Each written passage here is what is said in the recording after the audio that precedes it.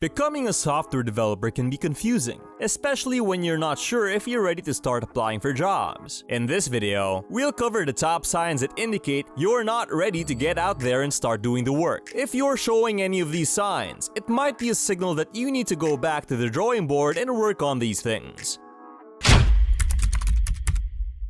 One of the bad signs we've seen that tells us someone is not ready yet is when people can't code in front of others during an interview. You need to be able to code on the spot and explain what you're doing. If you struggle with this, it's probably because you don't have the skills or you freeze up when you're put on the spot. To fix this, you need to practice like the real thing. Instead of coding by yourself, work with friends or do coding problems in front of others. You can also record yourself and talk out loud while you're coding. When you go to an interview, they'll expect you to talk through how you're thinking about the problem and how you'll come up with the solution if you get stuck. If you can't do this, it's a sign that you need to work on it. The next sign that you're not ready is related to the previous point. If you can't explain how data flows through your application, that's not a good thing. This applies to both small and large projects. Let's take a simple to-do application, for example. How does the data flow through it? When you type in a task and press submit, how does the data ultimately end up getting displayed on the screen? You should be able to explain the functions involved and how the data gets processed. If you can't do this, it's a red flag. Now, for more complex applications like a chat application, can you explain how data flows through it from a high level? For example, when a user logs in, how is their message sent to the chat room?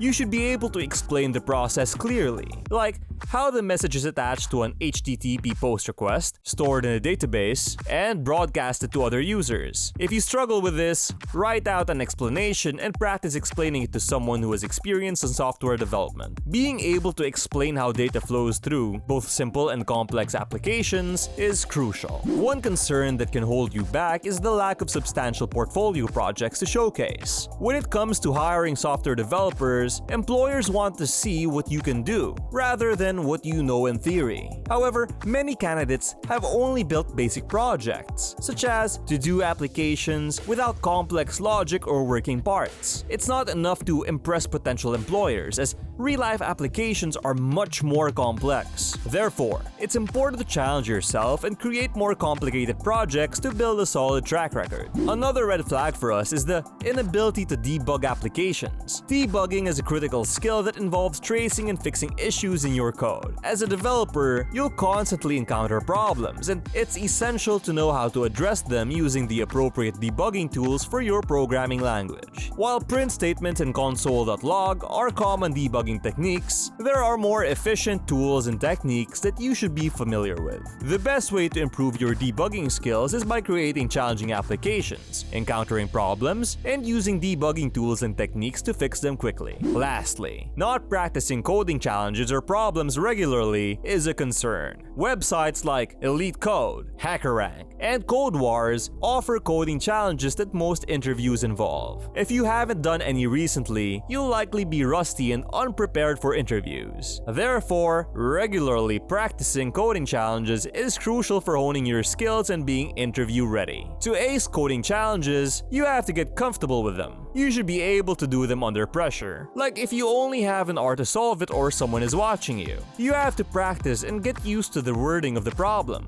how it's explained, and how you work through it. This way, you'll know what to do when you encounter similar challenges in an interview. If you don't practice beforehand, you'll likely freeze up, spend most of your time figuring out the problem, and ask for help frequently. So it's not a good idea to go for an interview without recent practice, as your mind won't be familiar with the challenge or problem you'll face. Make sure to practice consistently for about a month before diving into interviews, and don't try to cram it all at once. These are the most important tips to keep in mind if you want to know when you're ready to become a software developer. And to help with your journey towards landing a job, be sure to check out our video about how to get a programming job with no experience. This will provide you with a roadmap that you can follow. That's all we have for today. So, thank you and take care, guys.